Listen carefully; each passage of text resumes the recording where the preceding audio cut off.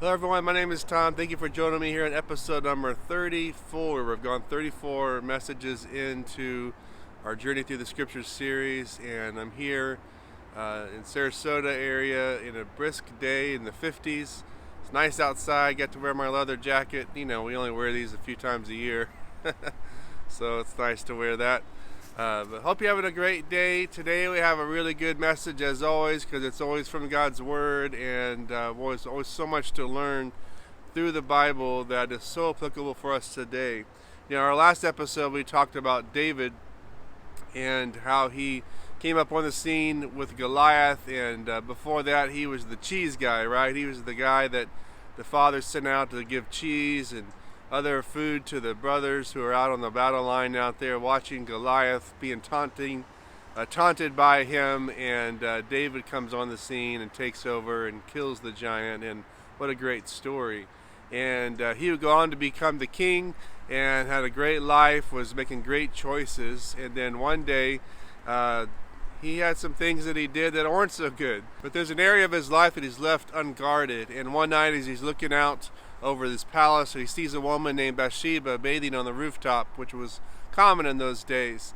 And he says, man, I've got to have her. And he would go to the farthest lengths to get this woman. In fact, what he does is he puts her husband in the front lines of battle, a great warrior, and causes him to die so he can swoop in and take the woman. And that was all his doing. So murder is now part of his story.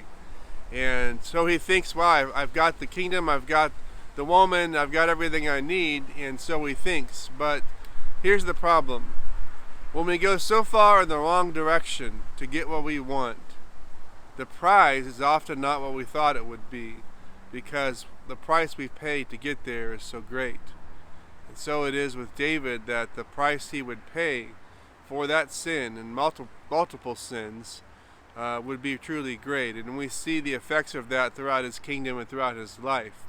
You know, in summer times, for several years when I was a teenager, my family and I, we would go to Michigan. We would manage a small resort up there right on Torch Lake. It was a beautiful area, and there's some cottages and a chalet, and it was a great time to be up there. We'd be there for a couple months every summer.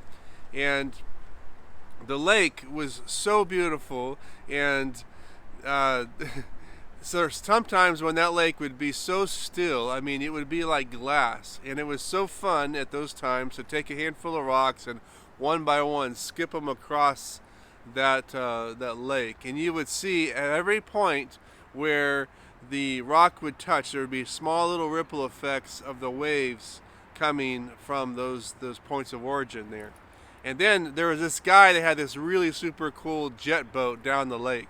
And every now and then you could hear him coming.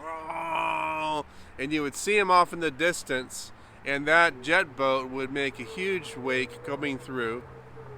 And in just a matter of moments, if you're standing on the shore, you would feel the ripple effects of those waves. That wake would come through, and those big waves would turn into smaller waves all the way up into the shoreline, right? And that is so true in life as well. I've talked the last couple of messages at least about the power of our choices, both good and bad. And there's ripple effects to our choices, good and bad, that we can make with people and in our own lives. And here it is in David's life that he's made a lot of great choices. He's been a man of courage, a man of honor, but now he's gone and left himself unprotected here, where lust has taken over to such a degree that he's caused himself to murder to have what he wanted. And there's a price you pay for things like that, obviously.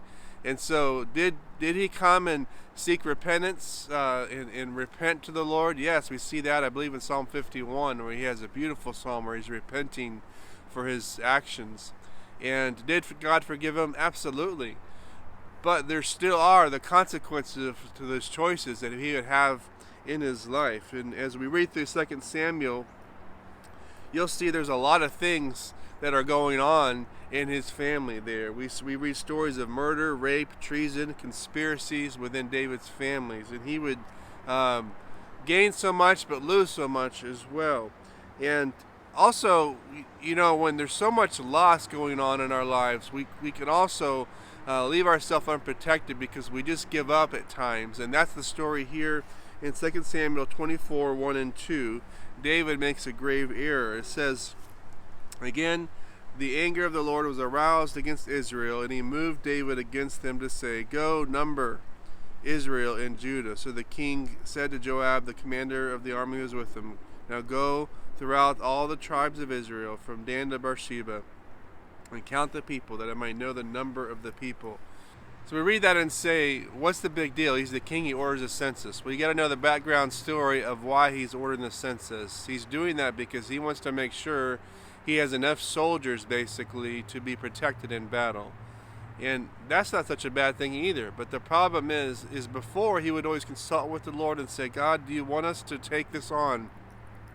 Should we go against this enemy? God, do we go here? Do we go there? And now, instead of doing that, he's relying on his own strength and his own accomplishments and accomplishments of his administration to do what they need to do. And so this is a major thing with God. He's like, look, you've got to turn to me. In the past, you've always come to me, and we've been able to accomplish a lot together. Now you're doing things in your own strength. Here you've done all this with Bathsheba, and now you're doing this as the king. You're going in the wrong direction, and God is saying, turn back to me. And so we see even that David's commander says this to him in 2 Samuel 24:3. And Joab said to the king, now may the Lord your God add to the people 100 times more than they are, and may the eyes of the Lord the king see it. But why does my lord the king desire this thing? Even his commander is saying, what's the big deal? It doesn't matter how many people we have, because the Lord always fights our battles because we consult with him.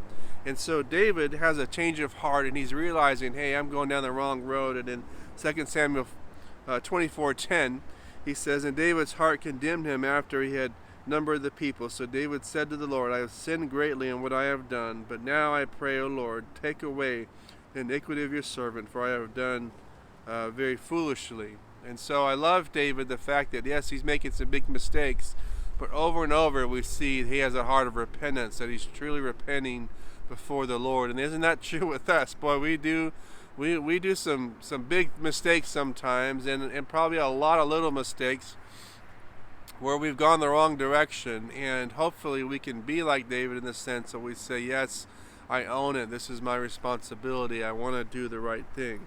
So God just doesn't wipe everything out and say, okay, everything's good. There's a consequence, and God wants to show him that you've got to stay on track with me and stay close to me. And so there's ripple effects here to his actions once again, and the Lord gives him a choice of what kind of consequence do you want to pay for this. And as a result, there's a famine that comes on the land as a result of David's sin. These are the ripple effects of his choices.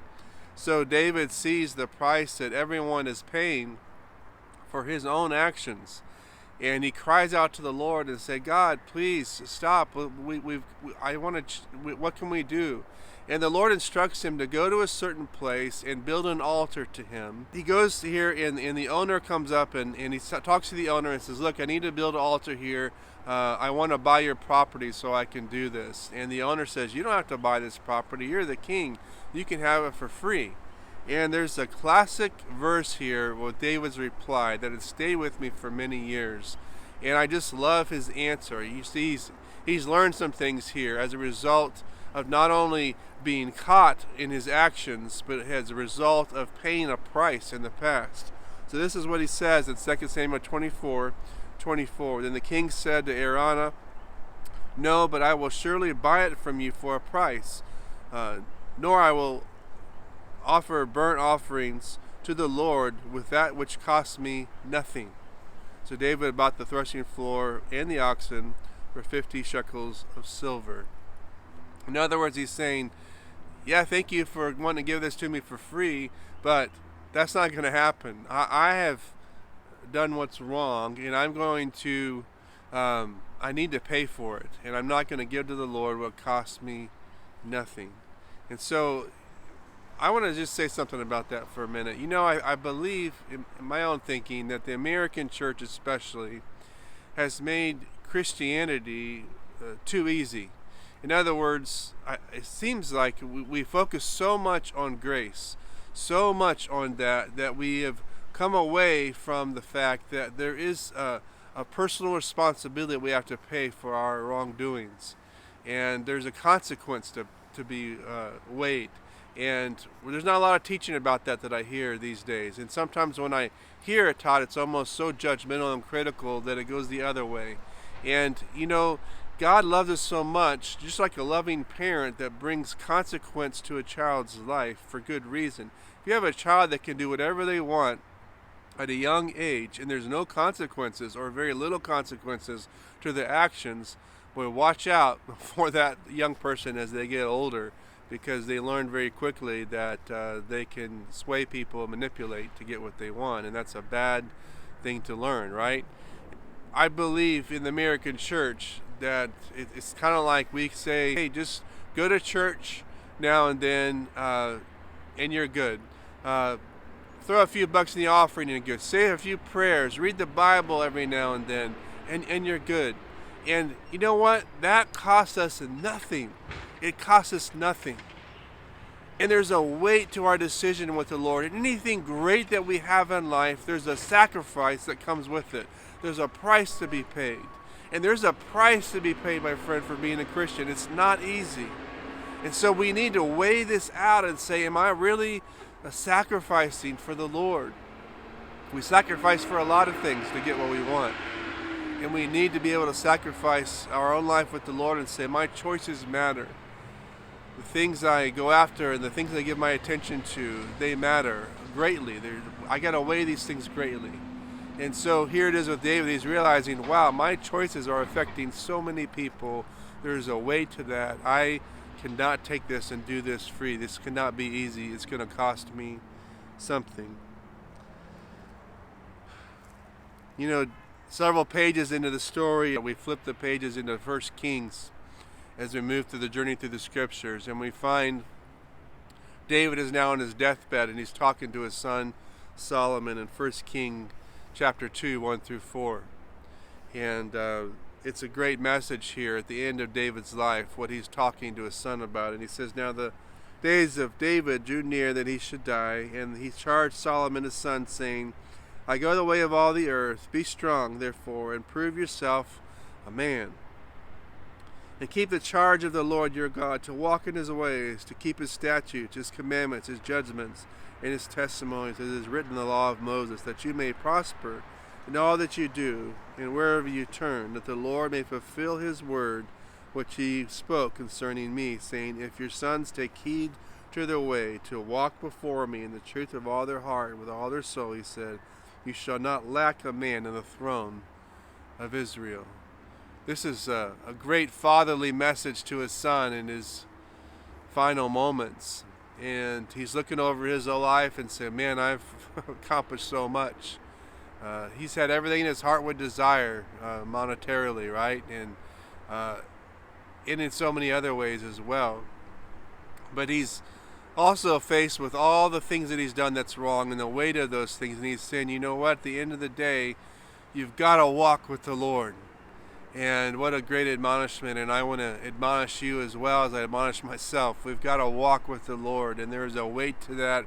There's a consideration to that. We've got to consider our ways, as the Bible says. Now, there's several takeaways that I have here in today's message that I want to leave with you. The first is there's always ripple effects to our choices, both good and bad. So, if we want future generations to be blessed, we've got to be really careful with the choices that we make. The second here is we weren't created to live life alone. We need each other to make it. David had a lot of people around him. Even his commanders around him would say, hey, I think you're going about this the wrong way. And they spoke into his life and he heard them. And we need that as well. People in our life that can say, hey, this is not right. And we can't be all defensive about it. I know I can be like that sometimes, and I'm sure probably you can too. But we need people to speak into our life and say, hey, listen here, this is something you need to think about. Number 3, though we can be forgiven, there are consequences to our actions for us and those around us. We must take responsibility. So think about that for a minute. Are some things in your life right now that you really haven't taken responsibility for? Could be something you said to somebody. Could be something that you did or didn't do. Could be a relationship with God, or you did something that you know was wrong and you haven't brought that to repentance to the Lord to truly say, Lord, I know this was wrong. Will you forgive me? And it's those things that we do with God and people that matter so much. That heart of humility, repentance, taking responsibility for our actions. Hey, what I said yesterday was wrong. The tone of voice that I had, I know that was frustrating for you. Would you forgive me for that? Or, I'm sorry, I forgot to do this. You were counting on me and I didn't do that. Or, hey, I've got some bad attitudes lately and I don't even know how to deal with this. Can you help me with that? Taking responsibility is not easy. It's one of the hardest things we'll do. The things that are going on in our head and our heart and our emotions, they always get out some kind of way, don't they? And so it's so good for us to put a weight to them, to say, you know what, I'm going to commit to taking responsibility for what I do, because it will slow me down when I go to do something that's wrong, to say, you know what, I'm going to have to take responsibility for this later. So maybe I shouldn't do this right now. So we got to be careful about that. The last takeaway is take David's advice to walk in God's ways, to keep His statutes, His commandments, His judgments, and His testimonies. Boy, that's the best advice ever, right? Walk in the ways of the Lord. And to be able to do that, we got to read His Word, and that's why we're going through a journey through the Scriptures. There's so much in the Bible that we can learn. I hope it's been a blessing to you today as we go through here 2 Samuel and 1 Kings. We got more to come in 1 Kings soon. But thank you so much for listening, and I just want to say a word of prayer for us today, God. Thank you so much, Lord, for your word today, God, that you help us so much, that you do want to walk with us. God, forgive us for when we don't walk with you and we do things our own way. Lord, I just pray in the name of Jesus, help us with that, Lord. Help us, Lord, to see those areas. So I pray, Lord, whoever's watching us and right now would say, Lord, show me any error of my way. Show me, Lord, where I've got to take responsibility. Show us the words to say, and help us, Lord God, not to get defensive when we bring those things to other people. But thank you, God, for making us better, not bitter, Lord. And I just thank you for your blessings. And Lord, if there's anyone that's far away from you right now, I just pray that you touch their hearts, help them to make a change right now with you, Lord. May you just grant them peace in their life and helping them as they move towards you, Lord God. Thank you that through repentance we can have such a great relationship with you today. In Jesus' name, amen. It's a beautiful day outside. I love it. I love the weather. I'm not sweating today. I'm so happy about that. God bless you. Have a great day. Goodbye.